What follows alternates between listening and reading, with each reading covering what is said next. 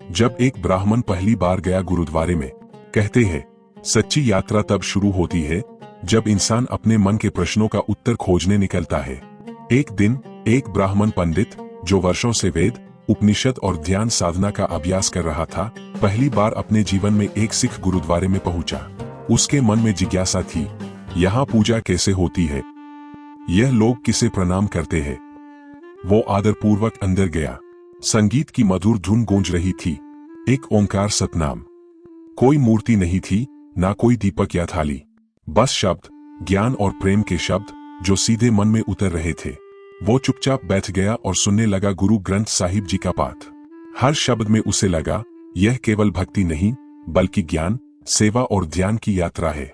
उसने महसूस किया कि यहाँ पूजा किसी रूप या जाति की नहीं बल्कि ज्ञान और अनुभव के आधार पर की जा रही है।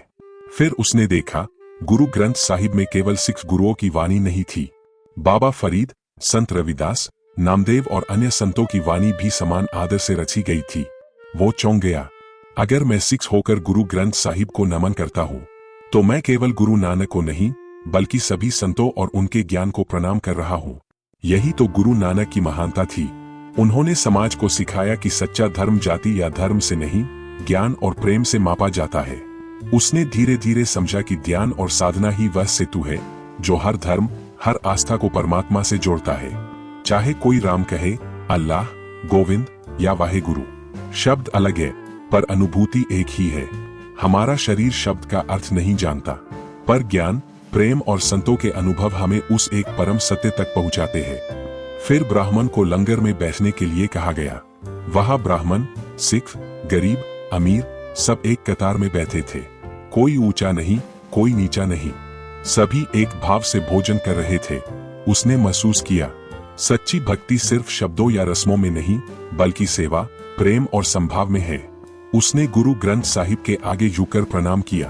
अब उसकी नजर सिर्फ ग्रंथ पर नहीं थी बल्कि सारे मानव और उनके ज्ञान के प्रति सम्मान पर थी। वो सोचने लगा, यहाँ हर पन्ना मुझे बताता है कि जब तक मैं दूसरों के प्रति आदर और समानता नहीं रखूंगा तब तक मैं सच्ची पूजा नहीं कर सकता। गुरु नानक देव जी ने कहा था, एक नूर ते सब जग उपज्या। सभी प्राणी उसी एक नूर से बने हैं और चाहे हम किसी भी नाम, धर्म या मार्ग का पालन करें, सच्ची साधना भीतर से परमात्मा से जोड़ती है।